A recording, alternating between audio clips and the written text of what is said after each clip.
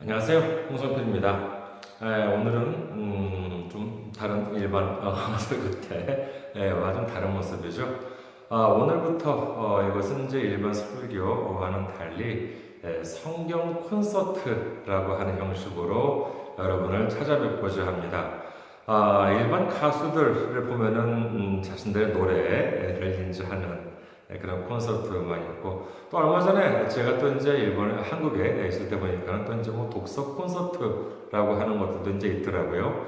그래가지고 꼭 가수만이 아니더라도 이렇게 자신들의 무슨 글쎄 책이든지 그 다음에 자신의 그런 견해 같은 것들을 하는, 그렇다고 해가지고 무슨 뭐 강연회, 옛날에는 무슨 강연회든지 세미나든지 그런 것들이 이제 있었습니다만은 좀 이렇게 좀 가벼운, 좀 너무 이렇게 좀 딱딱한 그런 것이 아니라 좀 부드러운, 가볍다, 그런 좀 어폐가 있죠. 부드러운 분위기에서 하는 것 같았습니다. 제가 예전에 가수 콘서트는 일본에 있을 때도 이제 좀 몇 번 가본 적이 있고요. 한국에서도 가본 적이 있습니다. 자신의 그 노래를 이제 선보이는 그러한 곳이죠. 그런데 독서 콘서트라고 하는 곳에는 정말 제가 가본 적이 없어요. 그래서 어떻게 하는지, 그분들이 노래를 부르나? 그냥 말만 하나? 무슨 그냥 토크쇼식으로 사진만 제가 몇 장 본 적이 있는 것 같았는데, 그냥 이렇게 사람들이 뭐 이렇게 대화만 하나? 라고 해가지고, 솔직히 잘 모릅니다. 그런데, 아니, 일반 콘서트, 독서 콘서트가 있으면은, 독서 콘서트가 있는데, 성경 콘서트가 없으면 안 될 것 같다는 생각이 오늘 브랜드 들었습니다. 문득 들어가지고요. 그러면은 이 성경 콘서트를 한번 해봐야 되겠다. 이렇게 해가지고, 이것은 말씀, 그러니까 제가 드리는 설교 중심이 아니라 찬양을 먼저 드리고, 아까 말씀드린 것처럼 독서 콘서트에 찬양이 있는지 전 노래를 부르는지 잘 모르겠습니다만은, 성경 콘서트에서는요, 일단 뭐 저 혼자밖에 멤버가 없으니까요. 제가 찬양을 하고, 그 다음에 성경 말씀, 우리 찬양하고, 그 다음에 성경 말씀을 중심으로 하고, 그 다음에 제가 마지막에 드리는 말씀을 짤막하게 해가지고, 정말 이렇게 성경을 같이 읽는, 성경을 이렇게 강의하는 그러한 식으로 진행을 하고자 합니다. 그래서 말씀, 성경 읽는 부분은 좀 넉넉하게 하고 말씀은 짧게 이렇게 하는 순서를 갖도록 한번 해보겠습니다. 조금씩 또 이제 해보다가 오늘 또 첫 회니까는요, 여러분께서도 이제 좀 봐주시고, 좀 준비가 좀 부족하다라고 한다 하더라도 은혜로 좀 이렇게 받아주셨으면 합니다. 저도 그래서 맨 처음에 드릴 찬양 무엇으로 할지 이렇게 좀 고민을 했는데, 문득 꽂히는 게 있어가지고요. 문득 꽂히는 것이 전혀 연습도 안 해본 거라서 아직 가사도 못 외운 상태입니다. 그리고 좀 이렇게 제 실력이 있으면은요, 기타도 좀 치고 그럴 텐데, 기타 연습도 있긴 있어요. 그런데 이렇게 좀 아직 끈도 없고 그다음에 연습도 못 해본 그런 상태라서, 일단은 시작하고 보자. 나쁜 것도 아니고 좋은 건데 일단은 시작부터 해보자 라고 해가지고, 일단은 시작부터 말 그대로 시작부터 하기로 했습니다. 찬양 부족하지만은 들어주시기 바라겠습니다. 내는 주의 영광을 보내입니다. 내는 주의 영광을 보내, 우리 가운데 계신 주님, 그 빛난 영광 온 하늘 덮고, 그 찬송 온 땅 가득해. 내는 주의 영광을 보내, 찬송 가운데 서신 주님, 주님의 얼굴은 온 세상 향하네. 권능의 팔을 드셨네.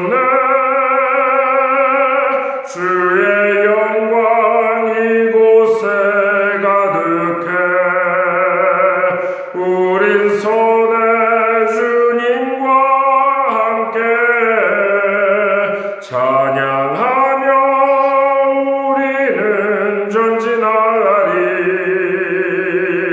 모든 열방 주 볼 때까지 내 눈 주의 영광을 보네. 찬송 가운데 서신 주님, 주님의 얼굴은 온 세상 향하네. 권능의 팔을 드셨네. 주의 영광 이곳에 가득해. 우린 손에 주님과 함께 찬양하며 우리는 전진하리. 모든 열방 주 볼 때까지 하늘아버지 우릴 새롭게 하사 열방 중에서 주를 섬기게 하소서. 모든 나라 일어나 찬송 부르며 영광의 주님을 보게 하소서.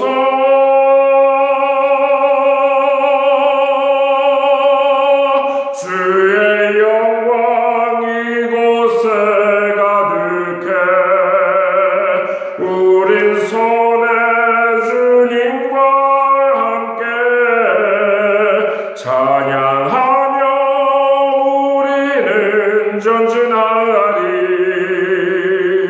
모든 열방 주 볼 때까지 찬양하며 우리는 전진하리.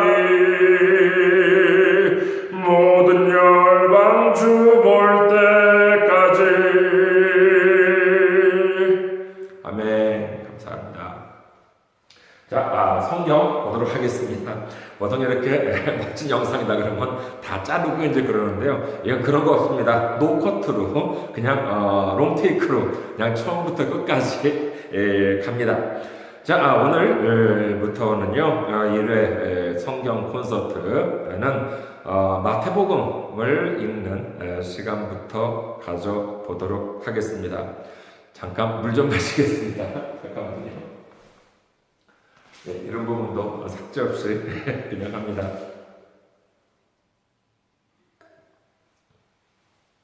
오늘 살펴본 내용은요, 마태복음 1장 1절부터 17절까지의 말씀이 되겠습니다. 마태복음 1장 1절부터 17절 말씀입니다. 읽겠습니다. 매우 은혜로운 말씀입니다. 정말입니다. 이따가 잠깐 말씀을 드릴게요. 마태복음 1장 1절부터 17절까지입니다. 1절. 아브라함과 다윗의 자손 예수 그리스도의 교회 보라.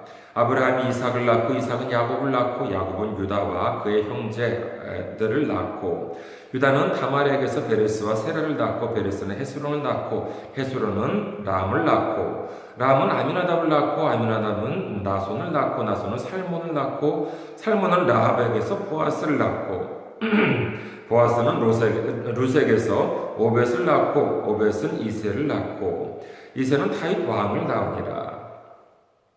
다윗은 우리아의 아내에게서 솔로몬을 낳고 솔로몬은 르호보암을 낳고 르호보암은 아비야를 낳고 아비야는 아사를 낳고 아사는 여호사밧을 낳고 여호사밧은 요람을 낳고 요람은 우시암을 낳고 우시암은 요담을 낳고 요담은 아히스를 낳고 아하스는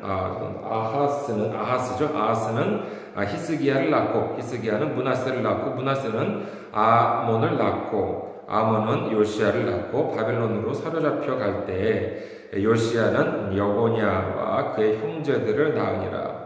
바벨론으로 사로잡혀 간 후에 여고냐는 스알디엘을 낳고 스알디엘은 수르바벨을 낳고 수르바벨은 아비훗을 낳고 아비훗은 엘리야김을 낳고 엘리야김은 아소리를 낳고 아소리는 사독을 낳고 사독은 아킴을 낳고 아킴은 엘리훗을 낳고 엘리훗은 엘르아살을 낳고 엘르아살은 바단을 낳고 바단은 야곱을 낳고 야곱은 마리아의 남편 요셉을 낳았으니 마리아에게서 그리스도라 칭하는 예수가 나시니라.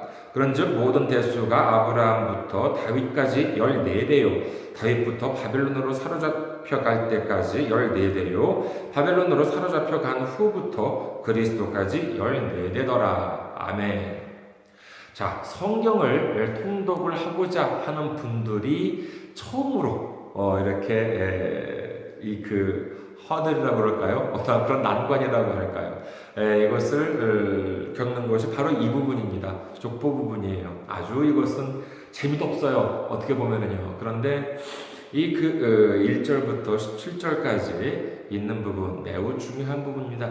저도 이렇게 가끔 이 말씀을 읽어보면은요, 정말 너무나도 이렇게 좀 은혜롭습니다. 이게 왜 은혜로운 말씀인지 한번 보도록 하겠습니다. 먼저 첫 번째는 뭐냐면요, 이 1절부터 1절 아브라함 어디 나오냐라고 하면은요, 이것이 이 창세기에 나옵니다. 창세기부터 지금 예수님까지 쭉 여기 구약을 읽어본 분들은요, 이 계보를 읽어보면은 이게 그때 그 사람, 이게 그때 그 사람 이렇게 왕을 보면 그때 그런 일이 있었고 그때 그런 일이 있었고 이런 뭐 전체 다는 아니라 하더라도요, 이런 것들이 있었구나 이런 것들이 있었구나라고 하는 이 짧은 7절밖에 안 되는 구절인데 여기에 구약 성경 39권이죠. 이 39권의 구약 성경이 모두 함축이 되어 있는 것이 바로 이 마태복음 1장 1절부터 17절 말씀입니다.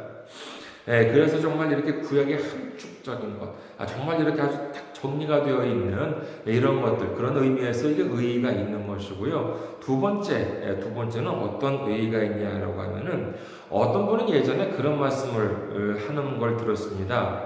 남녀 불평등, 남녀 차별이라고 하는 것이 동양에서는 유교에서 나오고요, 서양에서는 기독교에서 나왔대요. 아니에요, 그렇지가 않습니다. 글쎄요, 동양에서 남녀 차별이 유교에서 나왔다. 거기에 있어가지고 제가 언급을 하지는 않겠습니다만은 적어도 기독교에서 남녀 차별이 나왔다. 옛날에 그러한 문화가 있었다는 것은 사실입니다. 그러나 여기에서 보면은요, 이 여성의 역할이라고 한다는 것이 매우 중요합니다. 생각해 보세요. 이것이 예수님, 이걸 적어도 이걸 쓴 사람 마태라고 한다 그러면은 예수님의 사도입니다. 그렇잖아요. 그러면은 이 사도가 이 계보를 적었어요. 그러면은 좀 예쁘게 적고 싶었을 수도 있었을 것입니다. 그렇잖아요. 예를 들어서 어떤 위인 같은 보면은요, 내가 존경하는 사람에 대한 것이에요. 그러면은 내가 존경하는 사람에 있어가지고의 아주 계보를 아주 예쁘게 적겠죠. 정말 이렇게 멋있게. 구더더기 하나 없이 그렇게 적을 것 같은데, 그렇다고 한다 그러면은 이 마태한테 있어가지고 그런 의도, 사실과 다르더라도 정말 자기가 존경하고 자기가 사랑하는 예수님을 위한 것에 대한 내용이라고 한다 그러면 좀 멋있게 적을 수 있었을 텐데, 그렇다고 한다면 어떻게 적어야 되겠어요? 순수 유대인으로 적어야 되겠죠. 남자만 유지를 하고 여자는 배제하고 순수하게 적어야 된다라고 이제 만약 어떻게 보면 그렇게 생각할 수 있을 텐데, 아니에요. 그렇지가 않습니다. 일단은 뭐냐라고 하면 이 계보에 여인이 4명이 나옵니다. 그냥 일반 사람의 계보가 아니에요. 예수 그리스도의 계보인데 여성이 4명이 나옵니다. 누가 나오냐라고 하면, 어디에 나오냐라고 하면은요, 1장 3절 보면은요, 유다는 다말에게서 나옵니다. 다말에게서 베레스와 세라를 낳고라고 나오고요. 그 다음에 5절에 보면은요, 살몬은 라합에게서 보아스를 낳고라고 되어 있습니다. 라합이 나오고, 그 다음에 그 다음에 보아스는 룻에게서 오벳을 낳고라고 해서 3명 나왔죠. 다말 나왔죠. 그 다음에 라합 나왔죠. 그 다음에 룻이 나왔습니다. 그 다음에 또 누가 나와요? 그 다음에 6절에 보면은요, 다윗은 우리아의 아내에게서 솔로몬을 낳고라고 나옵니다. 그 다음에 또 더 하나가 나오죠. 마지막에 이제 16절에 보면은 마리아가 나오죠. 그렇죠? 마리아의 남편 요셉을 낳았으니 마리아에게서 그리스도라 칭하는 예수가 아니라. 그럼 몇 명이에요? 다말이 있고, 그 다음에 다말이 있고 라합이 있고 룻이 있고 보아스 우리아의 아내가 있고 그 다음에 마리아 5명이나 여인이 등장을 하게 되는 것입니다.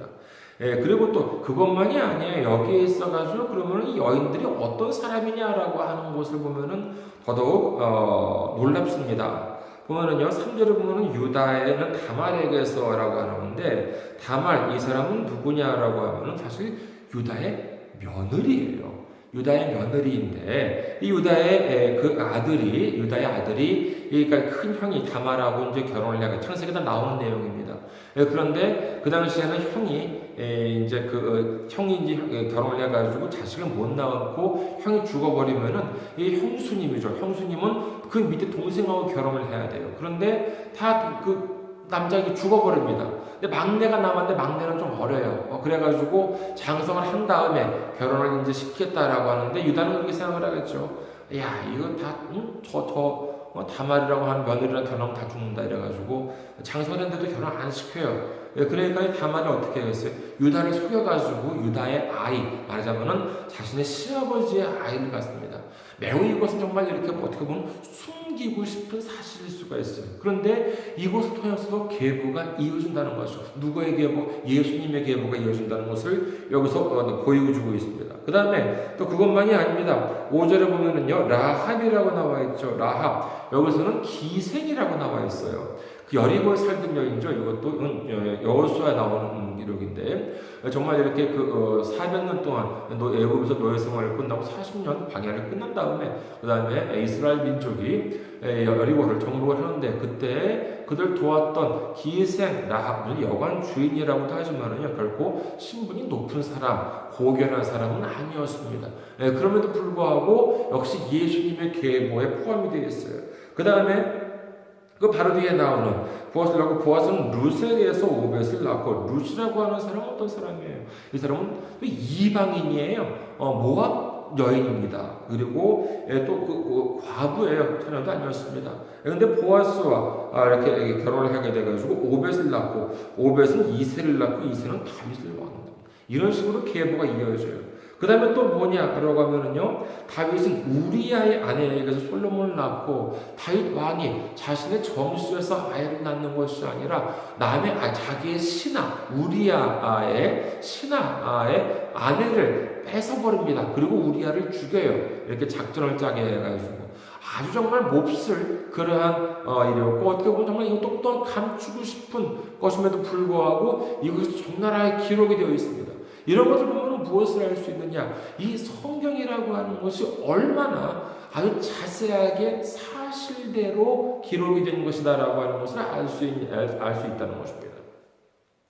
그것이 두 번째인 것이죠. 그 다음에 세 번째를 보면은 무엇을 알 수 있냐라고 하면은 이어지는 계보라고 하는 거 보면은요, 아브라함부터 정말 기원전, 당연히 예수님 절명의 기원전이죠. 그때부터 몇 천년 동안 아주 오랜 세월을 통해가지고 무엇을 준비하셨느냐?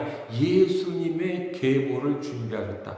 예수님의 탄생을 준비했다라고 한다는 것이죠. 그러니까는 하나님께서 보시기에 자신 보기에 안 되겠다. 대충 보니까는 안 될 것 같은데, 이거 예수가 가야 되겠다. 내 아들을 보내야 되겠다. 그냥 어쩌다가 우연히, 정말 이렇게 충동적으로, 이렇게 짧은 생각에 금방, 그렇게 결정이 된 것이 아니라 아주 오랜 세월 동안에 걸쳐가지고 예수님을 통한 우리 구속사역이라고 하는 것이 이렇게 철저하게 준비가 되었다는 것이죠. 이것만을 볼 때 무엇을 알 수 있겠습니까? 단순히 예수님의 그러한 출생만을 예비했겠어요? 아니에요. 우리 모두 지금 이 방송을 보고 계신 여러분도 역시 마찬가지입니다. 우리 모두 그냥 어쩌다가 우연히 태어난 것이 아니라 모두 다 하나님께서 창세전부터 예비하셔가지고 우리한테 생을 주셔서 지금 우리가 이렇게 살고 있다는 것을 믿으시기 바라겠습니다. 이 세상 모든 사람들 그냥 어쩌다가 우연히 아니면 정말 하물며 정말 태어나지 말았어야 할 사람 아니에요. 그런 사람은 한 사람도 없습니다. 그 사람들한테 다 복음이 들어가야 되는 것이고 그 사람들한테 모두 다 성령님이 들어가야 되는 것이고 그 사람한테 모두 다 구원을 받아야 되는 것이죠. 그렇기 때문에 우리들은 예수님을 전해야 한다는 것입니다. 그래서 이 정말 이렇게 아주 이렇게 그 지루하기도 할 수도 있는 이 계보에 보면은요, 정말 마태복음 1장 1절부터 17절까지 이 계보는 이와 같은 뜻이 숨겨져 있다는 사실을 알고 다시 한번 읽으면은 또 다시 우리한테 다가오는 감동이 또 있다는 것이죠. 그래서 단순히 여기서 계보는 여기서 스톱한 것이 아니라 이 아브라함으로부터 이어지는 이 계보가 지금 이 순간 우리한테까지도 이어져 있다라고 하는 사실을 믿으시기 바라겠습니다. 그래서 성경을 좀 이렇게 조금 더 이렇게 깊이 읽어가는 계기가 되었으면 합니다. 다음 시간에는요, 마태복음 1장 18절부터 계속 읽어보도록 하겠습니다. 감사합니다.